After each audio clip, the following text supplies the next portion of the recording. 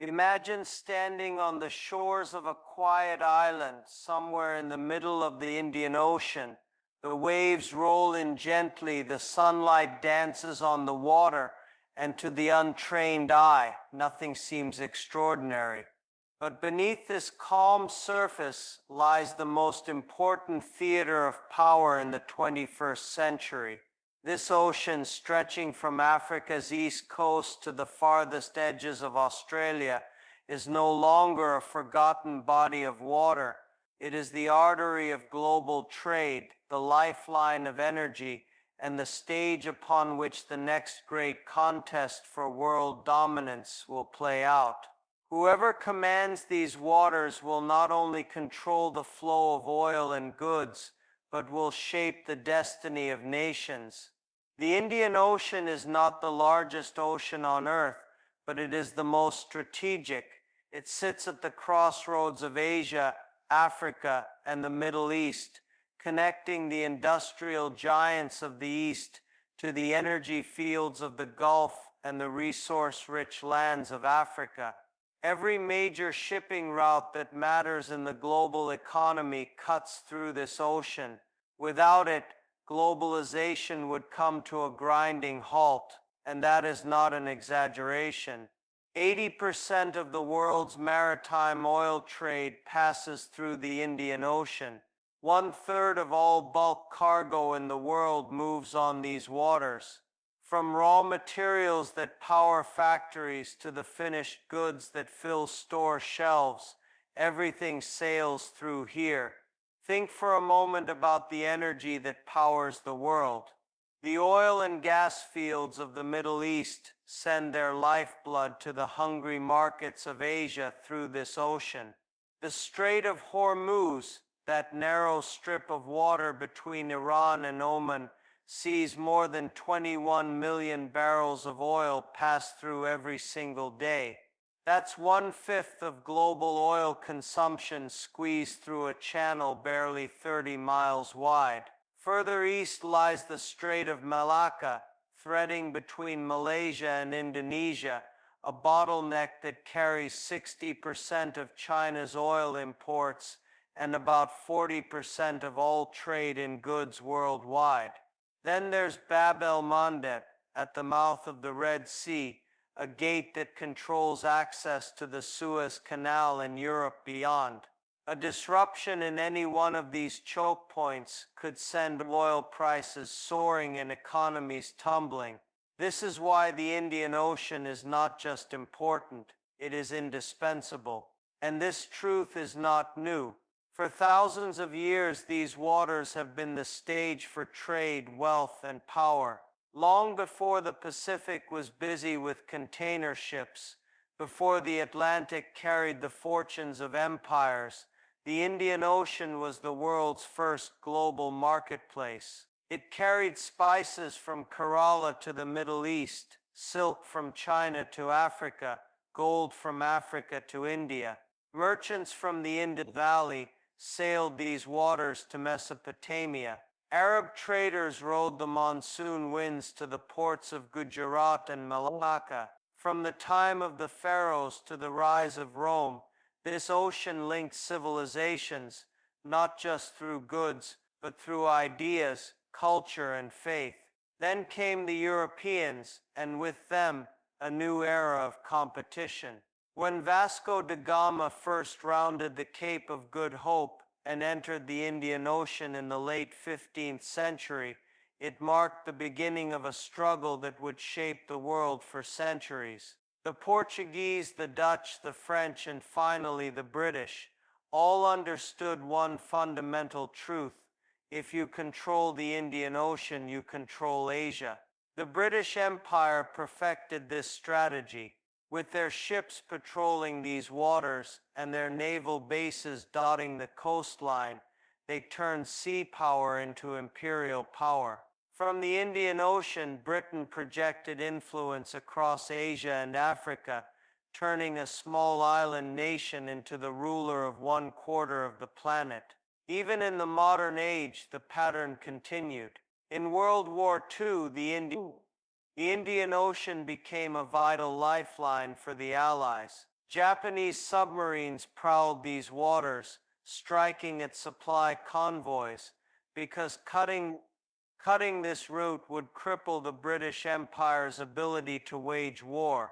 During the Cold War, the ocean became a silent battlefield once again, as the United States and the Soviet Union maneuvered for influence. The Americans built a base on Diego Garcia, a remote atoll in the middle of nowhere, but a jewel for strategic dominance. From there they could launch aircraft, refuel fleets, and monitor the entire region. That base remains one of the most critical American assets in the world today. And now in the 21st century, history is repeating itself, but on a scale and complexity never seen before. The Indian Ocean is no longer just a trade route or an energy highway. It is a zone where military power, economic ambitions, digital infrastructure, and geopolitical strategies converge. The question is no longer whether this ocean matters, it is who will control it. Because make no mistake, control of the Indian Ocean means control over the arteries of globalization.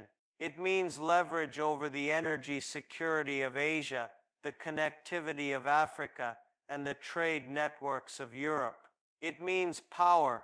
Today, thousands of ships move across this ocean every single day.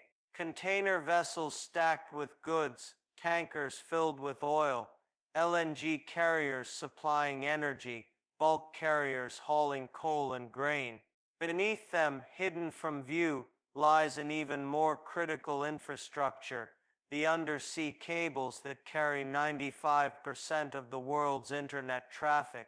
Every email you send, every financial transaction that moves between banks, every data transfer between continents likely travels through cables lying on the floor of the Indian Ocean. Think about that for a moment. These cables are as vital to the global economy as oil tankers. Without them, global markets would collapse in minutes, and yet they remain vulnerable, exposed to sabotage, cyber attacks, and even natural disasters. All of this makes the Indian Ocean not just an ocean, but a theater of power in multiple dimensions: maritime, economic, digital, and even environmental. The United States knows this, which is why it continues to maintain an unmatched naval presence in these waters, backed by alliances stretching from Bahrain to Singapore. China knows this too. For decades, its economic miracle has depended on energy supplies sailing through the Strait of Malacca, a vulnerability Chinese strategists call the Malacca dilemma. To reduce this risk, Beijing has launched its Belt and Road Initiative, building ports and bases from Gwadar in Pakistan to Hambantota in Sri Lanka to Djibouti on the Horn of Africa. What begins as infrastructure investment often evolves into strategic footholds. This so-called string of pearls is China's answer to its dependency on Indian Ocean routes. And then there is India, the nation that geography has placed at the very heart of this ocean. Look at a map.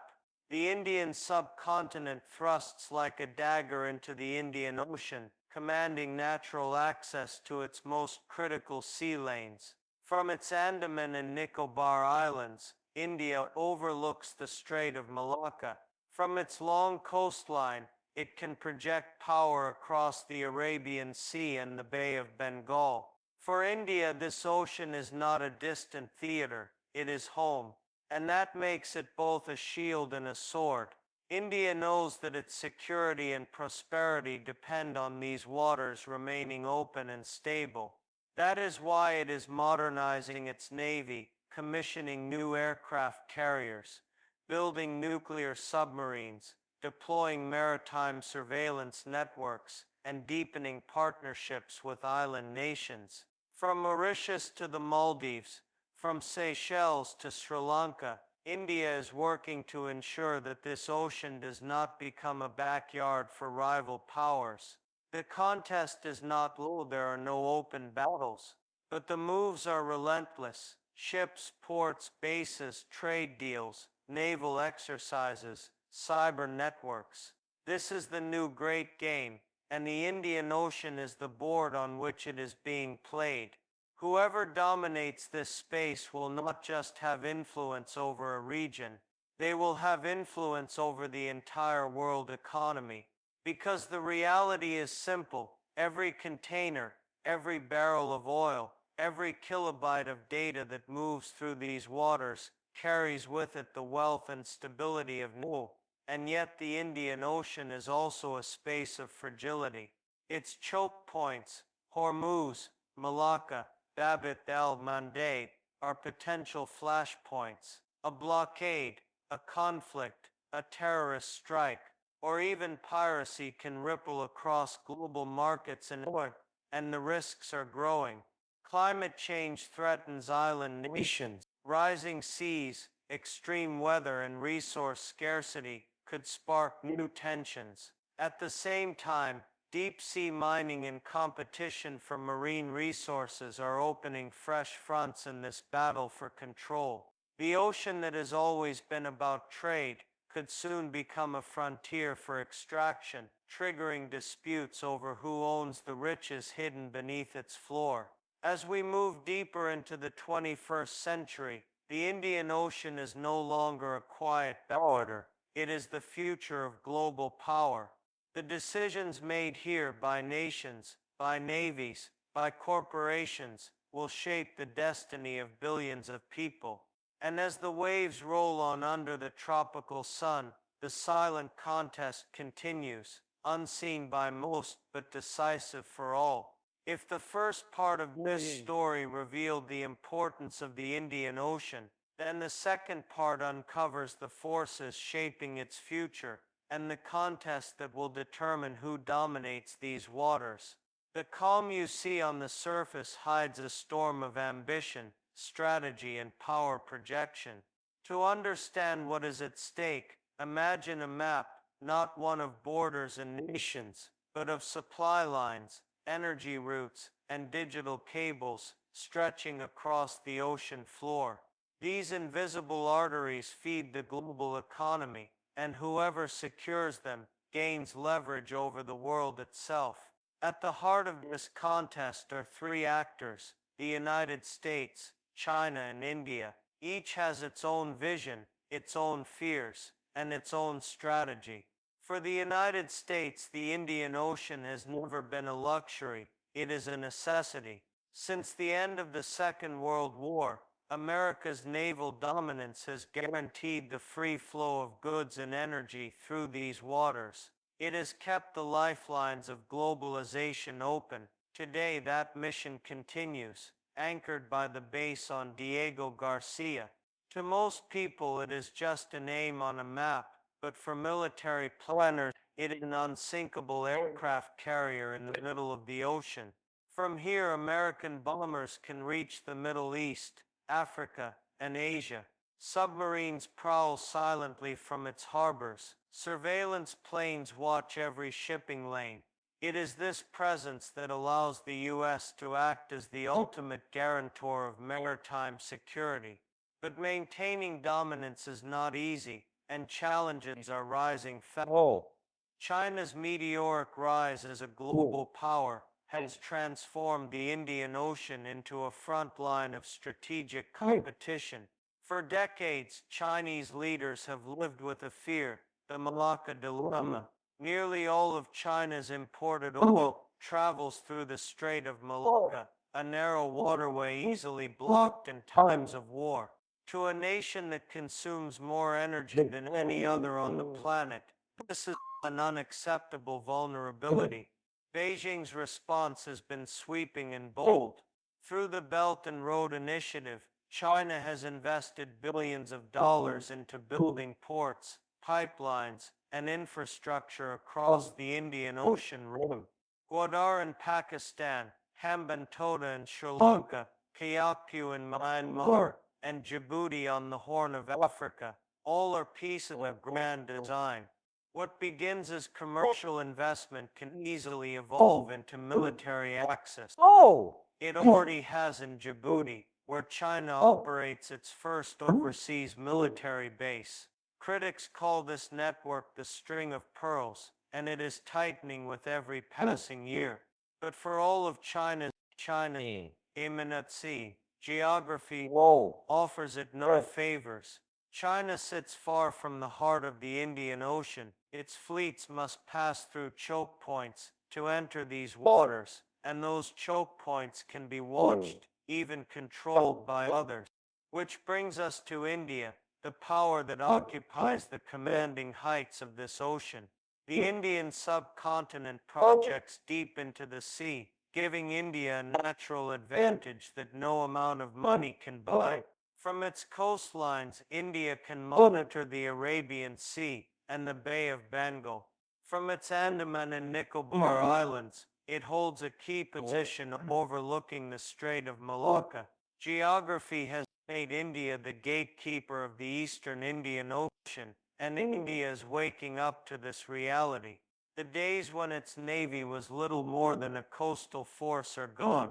Today, India is building blue water capability, aircraft carriers, nuclear submarines, long-range patrol aircraft, and a web of radar stations that track every ship entering its zone. It is forging partnerships too, through initiatives like SAG, Security and Growth for All in the region, signaling that its ambitions are not limited to defense but extend to shaping the economic and security architecture of the entire ocean. This is not an arms race in the old sense. It is a competition of reach, resilience, and relationships. The US has global power, but faces overextension. China has resources and determination but lacks geography. India has location but needs speed to translate potential into dominance.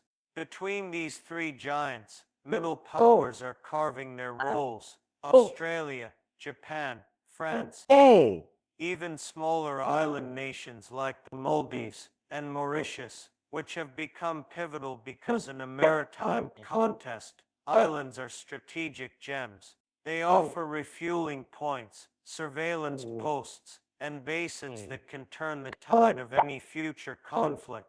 And what of the future? Many imagine a naval showdown, fleets clashing on the high seas, but the reality is likely to be more complex and more silent. The battle for the Indian Ocean will not only be fought with missiles and ships, but with ports, infrastructure, technology, and influence. It will involve securing undersea cables that carry the world's data. It will hinge on the ability to protect shipping from cyber attacks as much as from submarines. It will stretch into outer space, where satellites guide navigation and surveillance. In short, control of the Indian Ocean will be a multi-domain struggle. Energy remains the most immediate prize.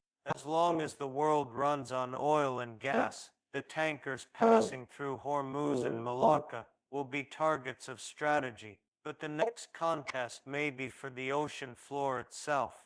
Deep beneath these waters lie reserves of rare earth minerals, cobalt, nickel, and manganese, essential for batteries, electronics, and the green technologies of tomorrow. Nations are already mapping these resources, and when extraction becomes viable, a new scramble will begin. Add to this the impact of climate change, rising seas swallowing islands, forcing migrations, creating instability, and the Indian Ocean becomes not just a stage for geopolitics, but a test for global governance. If a major conflict were to erupt here, the shockwaves would be instant and global. Imagine a blockade at Malacca or a clash near Hormuz. Energy prices would skyrocket overnight. Shipping insurance costs would explode. Stock markets would tumble. Economies would contract. This is why every major power is obsessed with keeping these waters open, but also with ensuring that in times of crisis they can tilt the balance in their favor. So who will prevail? Will it be a multipolar ocean where no single power dominates, but a delicate balance keeps the peace.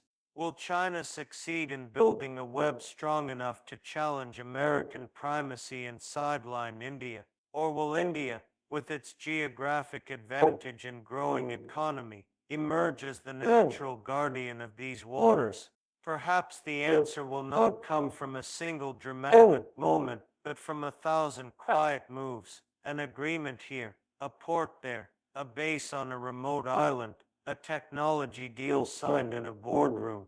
This is how the future of the Indian Ocean is being written, day by day, ship by ship, cable by cable. As you listen to these words, tankers are moving through Hormuz, container ships are lining up at Malacca, submarines glide silently in the depths, satellites watch from above, diplomats draft deals in air-conditioned halls. All of it, every decision, every voyage, connected by the same truth. The Indian Ocean is no longer a distant expanse of blue on the map. It is the center of gravity in a world where power flows not only through capitals and currencies, but through the seas. It is the ocean that will decide the next global superpower. The age of land empires ended long ago. The Atlantic century faded in the last millennium. The Pacific era may not yet be over, but the tides are shifting. The warm waters of the Indian Ocean are calling, and the nations that answer will shape the destiny of the world.